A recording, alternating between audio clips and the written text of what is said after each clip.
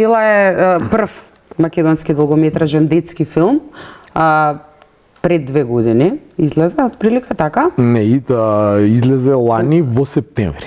Значи требаше по сите правила Стела требаше да излезе на 23 март. Добра. На 16 март заради пандемијата не затворија. Добра. Варијанта во тој прв бран или како и да се вика и ние моравме заради тоа што немаше како да ја откажеме премиерата. Ја чекавме реално првата дупка. Добре. Првата дупка се случи на покана на Синедес да го отвориме Синедес фестивалот во Скопје. Благодарност до цела екипа од МКЦ, Русе, Фичо, Марга, кои што секогаш имале слух дека македонски фестивал треба да го отвори македонски филм и да биде дел од фестивалот варијанта, како што и секаде впрочем у светот. Значи некако ние на моменти забораваме, па тргнуваме со странските филмови, забораваме дека имаме и наша продукција овде која што треба да си ја цениме. На Кан секогаш има 30% до 40 француски филми. Ќе стигнеме до тој момент. Пошто е француски фестивалот. Фестивал, и успеавме да се протнеме, го отворивме Синедейс, го пуштивме во кинодистрибуција Стела. Добра. И не се деси фамозниот втор трет бран, како и да е. Значи во еден пик кога Стела според тие некои резултати од Синеплекс имавме пик викенд варијанта, понеделникот веќе ги најавија новите правила со 30% дистанца и така натаму сите оние мерки кои што се по ковид протоколите и едноставно се сруши. Веќе никој не одеше без разлика 30% на луѓето едноставно им беше страв и никој не одеше у кино и нас реално ни се сруши кинодистрибуцијата односно. Стела е направен филм за деца и за цело семејство и ние сакавме не го класифицираш како детски долгометражен филм, туку како семеен. Не, ние го класифицираме као детски и семеен, заради еден момент што тоа го добивме као реален фидбек од публиката. Од публиката, добра. Дека не е чисто наменски, он е наменски, кај детскиот контент е многу стриктно ограничен. Се вика од 3 до 6 години, од 6 до 9, од 9 до 12, од 12 до 16 и тинеџерите понатаму. Многу се различни темите и нивните интереси што сакаат да ги видат. Ние конкретно сме за деца од 9 до 12 години, без разлика што и помали деца кои што биле да го гледаат, го гледали им е супер, и поголеми, но конкретно е таа. Но публиката даде еден друг фидбек. Публиката даде фидбек дека мајките особено интересно реагира и се лепеа на таа варијанта, а татковците па беа поемотивно погодени од целото тоа заради односот на значи дедо, татко, син варијанта, заради тој еден однос кој што е внатрена разотиденост во семејството, кое што Стела е катализаторот да го собере. И дојдовме до уствари до една ситуација кај што она за кое што Стела беше направена да има масовност, ние не успеавме да ја добиеме масовноста заради ковид пандемијата.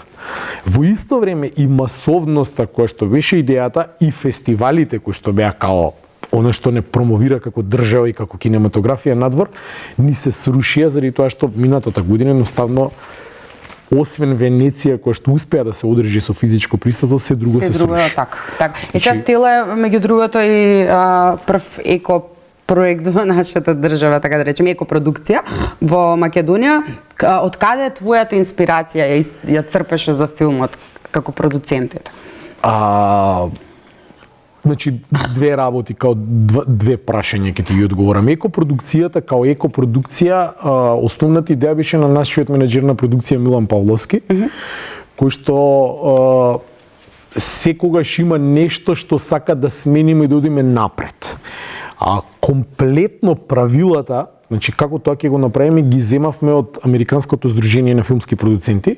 Значи кои беа протоколите за да направиме зелена продукција? Од селектирање на ѓубре, користење на возила кои што се еко 5-6 стандарди, не користење на пластика, че секој член на екипа си доби собствен термос, брендиран, за да не трошиме пластични чаши, пошто произведуваме... Ова правиме муабет за време на снимањето на филмот, добра? Секој си доби... Или вие како продукција? Ние како продукција за целата екипа тоа го направив. Добро, тоа е стандард кој што и во иднина ќе важи ако работите на проект? Да, сега сакаме тоа да го надоградиме. Значи зеленото да го направиме позелено. Значи почнувајќи од на пример, во моментов се снимаме со LED светла.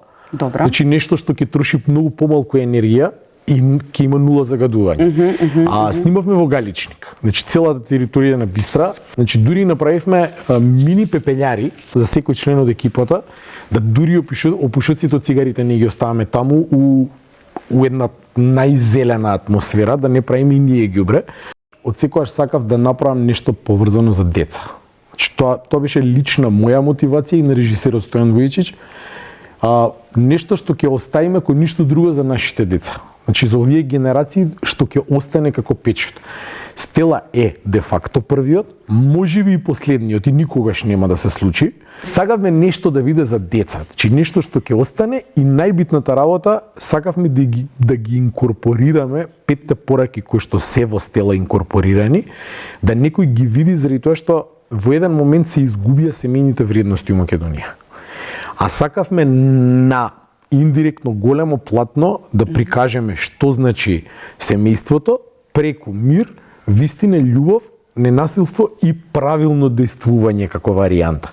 Че тоа се петте работи на кои што како постулати јас пробувам да живеам и да го градам мојот живот и да ги воспитувам моите деца и на кои што би сакал ова општество кое што живеам да биде повторно на тие постулати изградено, кои што јас се сеќавам дека така ме воспитале мајка ми и татко ми.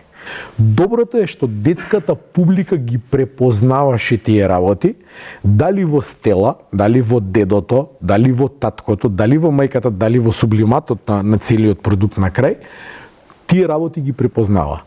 Особено зборењето вистина и правилното дејствување, гледам дека имавме фидбек од таа тема. Немав лично идеја колкаво е моето искуство после овие 20 на години, додека не ми побара, бидејќи во нашата фела ви бараат филмографија. Че не бараат класично CV, варијанта што све си работил у животот. И филмографија обично ти ја бараат на една страна, значи ставаш мал дел кој си што си и ги додаваш, селектираш филмови. Никогаш, значи секогаш пошто тоа е една страна, изфрлам нешто, додавам нешто во зависност од награди, но никогаш не сум седнал до пред 2 години, кога не ми побара CV. И седнав да си направам CV и кога седнав да ги редам, значи филмовите, рекламите, не знам, кампањи што сум правил, што све сум работел у животот, значи во еден момент со се референците и наградите дојав до CV од 18 страни. И сам се збунив што ја сум успел да направам у животот. Само во последниве 4 години, значи имам Торонто, Санденс и повторно еве, значи со копродукциите ќе одговорам на второто прашање и со Вера Сонова за морето влегуваме на Венеција. Многу често работам со дебитанти. Значи некој кој што има прв филм. Добро. Најтешко им е да стигнат до финансии и да го склопат, особено во Македонија. Значи дебитантите во Македонија да се зборува на голема врата секаде, никогаш не ја добиле поддршката. Многу години се борам со систем, во кој што систем се повеќе и повеќе се губат основните вредности и каде што не се ценат работата и трудот, реално да се ценат работата и трудот, него секогаш имаме изговори врзани со политика, секогаш имаме изговори врзани со намалени буџети, например во култура, не знам, националниот сервис немал пари, приватните не ги интересирал. Значи секогаш имаме милиони изговори зошто ние не би поддржале млад автор, зошто не би поддржале успешен продуцент, зошто не би поддржале Стела 2 и така натаму, секогаш ќе има изговор, а никогаш нема да влеземе во некаков систем. Значи ние на пример немаме ни систем каде што детската програма е засебен сегмент. Кажи ми на колку до сега фестивали учествуваш и колку допрва тие што учествуваш ги спомна, на кои допрва се планира и во таа насока каква е критиката генерално за Стела на овие фестивали, филмската критика? Особено драго ми е влезот на Сараево, заради тоа што точно после, значи и во моментов додека Стела одеше како дел од Тина Арена на Сараевски филмски фестивал, ми се појави меморис од Сараево од пред 11 години, кога сум бил во Сараево со шивачките и кога сум го земал Гран Прито. Значи, имаме една слика на која што сме јас, Билјана Гармалиева, Јелена Јованова, Доксевски глумецот и не знам кој беше петиот, каде што го држиме срцето на Сараево во рака испред салата. тоа е веднаш после прогласувањето и ми излезе како меморис. И ме потсети, викам, 11 години после јас сум на местото кај што многу ми значи, не знам зошто, значи и кога отидов, не отидов првиот пат со идеја дека ќе освоиме воопшто награда, него отидов некако убаво да си поминам и си проведов стварно многу убаво. И некако сите тие спомени ме влече и ми беше мерак Стела да биде у Сараево и се деси тоа варијанта и се деси да влезе, импактот од публиката биде огромен, да пратат допис да може ли сега со победничкиве филмови да ја ставиме и Стела за програмата во Јајце као фоллоуап на фестивалот. Може, нема проблем. Одма после тоа се деси Брач. Значи Брач требаше да биде компетитивен фестивал, значи го спремија како таков, заради новите пандемиски мерки го ограничија, дури не можевме ни да стигнеме до Брач варијанта, значи да не можеме да присуствуваме. И се деси да, како заврши Брач, добиеме од другата страна црно на бело дека оценката од детската публика која што гласала, имаме највисоката оценка, нешто што кога би било компетитивно би било награда од публиката. Значи адекватно на таа награда што е стварно не е тоа потврда, тоа е и повеќе од потврда дека нешто што сте го направиле за големото платно е стварно добро као варијанта. Следат сега за сега, значи од потврденото одиме во Измир. Имаме покана за еден фестивал во Германија, не го знам точно името, и ноќеска ми стигна барање од еден од најголемите фестивали во Чешка, Junior Film Fest, 15 години постои и е конкретно за тематика 6, 9, 9, 12 години. Во официјалната селекција е поканет, чекаме потврда варијанта дали ќе бидеме сигурно дел од тоа. И има некаде во моментов уште 4 или 5 покани, не ги знам точно на памет, од различни делови од светот се, но куриозитетот е што сите филмови, значи сите филмови се на фестивали за деца. Најтешко е да се работи со деца, па потоа е со животни, и после сите пехови што ни се десија, почнавме да се зезаме на крај, најтешко е да се работи со деца, со животни и со глумци. Пошто првата идеја, окей, тргнавме варијанта Шарпланинец, успеавме да стигнеме, Нацко Салковски ни ја даде Стела, благодарност до него, кој ќе ја тренира, нека му е лесна земја на Ристе Гиовски, го договоривме Ристе, на 4 месеци му ја ставивме Стела да живее кај него наредните 7, 8, 9 месеци, колку и да треба, да ја спреми. Со тоа што пред да му ја однесеме Стела, отидовме да му објасниме што ние сакаме варијанта, што е приказната за Стела и што се случува и што се ќе требаше планинецот да прави. Ристе као Ристе фин човек, ни слуша варијанта и во еден момент вика, дали може да го смените куќето? Кам Ристе, како да го смениме куќето? Певе, например, Вучек, германски овчар. Викам, зашо? Вика, за 8 месеци ќе го научам и да лета. Так. А вика, вие ми барате, вика, прво нешто, да научам шарпланинец да плива во река. Значи, не сакаат вода, вика прво, сакаат вода да се оладат. А зошто ти реши Шарпланина? Кој реши Шарпланинец? Приказната со Шарпланинец како идеја, ние сакавме куќе, не беше фиксно врзано со Шарпланинец, но патот на Стела, првата идеја, значи кога немавме сценарио, имаме нешто што ние го викаме тритмент, значи напишена приказна од 10 страни без диалози. Добра. Кога имавме тритментот, влеговме на една работилница за развој на проекти, каде што двајца француски експерти за развој на едниот за развој на проекти, едниот конкретно за развој на сценарио и сценариста, во еден момент на една од тие сесии не праша а дали во Македонија имате некој куќе што е автентично македонско. Во тој момент барам метални парички за да му покажам варијанта, наоѓам еден денар и му покажувам варијанта, викам ова е. Човекот фрикна, значи онака француз варијанта као вие имате куќе национален символ на пара. Ја викам, да, сол. Како ми вика сол? Ми вика, едноставно ми вика не разговараме ми вика понатаму. Прво вика имаш маркетиншки момент да било каде у странство можеш да носиш вика еден денар и да им даваш на луѓе вика варијанта, вика колку вреди ова, кому кажав вика Се смеем. че имаш бесплатен маркетинг ми вика.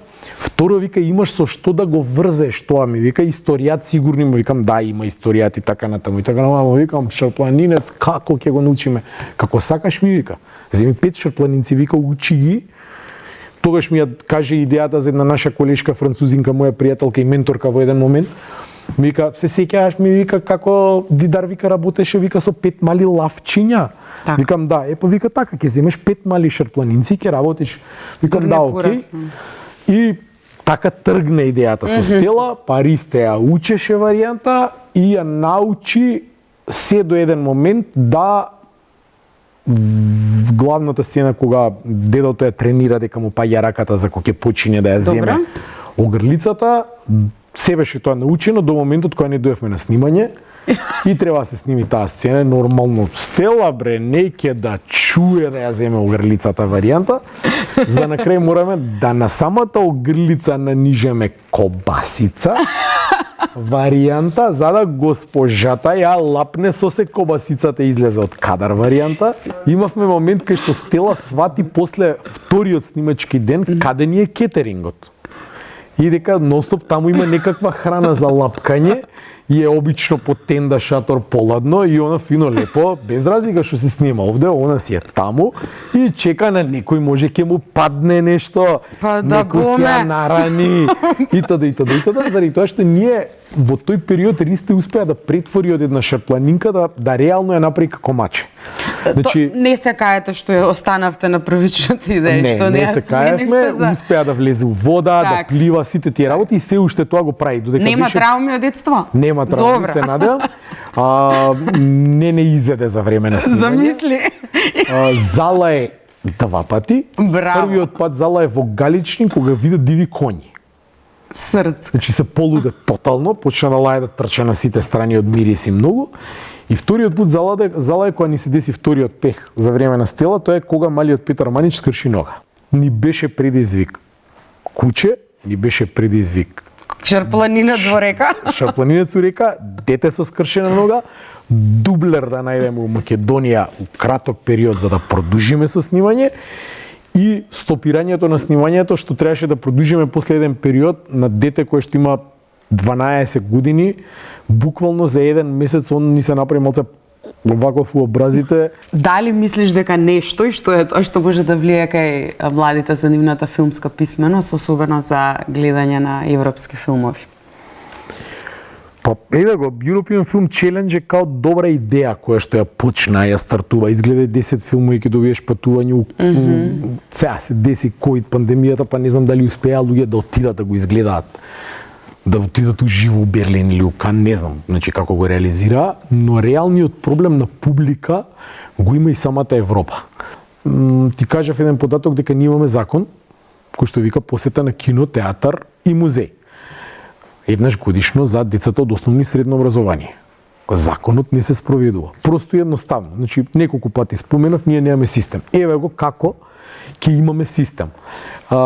Едноставно за рака, заради тоа што постојат неколку места, например во Битола, во Домот за култура киното, 3D кино Битола, функционира на тој принцип беспрекорно добро. Секогаш кога сакале, ми се обратиле, дали може да направиме бесплатна проекција, да може да направите. Дали може да направиме проекција за 50 динара, да можете. Значи, секогаш кога е за деца, но тоа се многу малку примери, ама на лична иницијатива. Овде зборуваме дека треба системот да ги врати децата и да ги научи. Зашто? Заради тоа што може да научат вредности. Значи треба некакви системски корени да смениме за да ги научиме луѓето. Значи што е дека филмот е сада типол квалитетно потрошено време. Значи детето ќе ви научи нешто, ќе го образувате, ќе го описмените, ќе учи јазик како ништо друго, пошто зборуваме на македонски јазик у филмот, ќе спознае некакви вредности, ќе научи некоја скриена порака, као што ние сакавме устела правилното действување, зборувањето вистина да бидат семејството. Значи ќе види некакви работи и можеби ќе научи дека некои работи не врдуваат со плод. Значи детето пробува да избега, на крај пак се унистрикно семејство, значи дека бегството не е на пример решение. Тоа се работи на кои што системски треба како држава да работиме. И веројатно сега и ми го одговори последното прашање, а мајке го поставам за секој случај. Во таа насока сметаш сигурно дека европскиот филмски предизвик има позитивно влијание врз зголемување на гледаноста на европскиот филм, а со тоа и промоција на македонските филми. Види, реално не знам кој импактот, но нашата кинематографија во моментов, значи во последниве 2-13 години, значи е во некаков раст. Значи реално е во некаков раст, каде што дебитантите покажаа многу повеќе од етаблираните, како количина и како квантитет на успех. И мислам дека тоа се должи заради две работи. Значи, едно е заради некаква нова енергија и второ заради тоа што копродуцирањето стана природна работа. Значи, едноставно вие мора да најдете уште една или две земји како партнери, а со тоа имате загарантирано дека филмот ќе ви биде. Еве го случајот со пак ќе се навратам, Вера Сонова за морето од една таква балканска копродукција Косово, Македонија, Албанија. Тоа е успех на сите три земји подеднакво. Заради тоа што од Македонија имаме сценариста, имаме две главни улоги, значи главната женска улога е Таута Едини, која што е првенка во албанскиот театар, значи кој имаме Рефет Абази, кој што е и актер и професор на ФЕДУ, чи јас како продуцент Dream Factory, мојот партнер Стојан Војчич како копродуцент, значи имаме многу луѓе од Македонија, финансирани од Агенцијата за филм на Република Македонија, значи имаме учество подеднакво и одеднаш и во портфолиото на државата повторно имаме Венеција.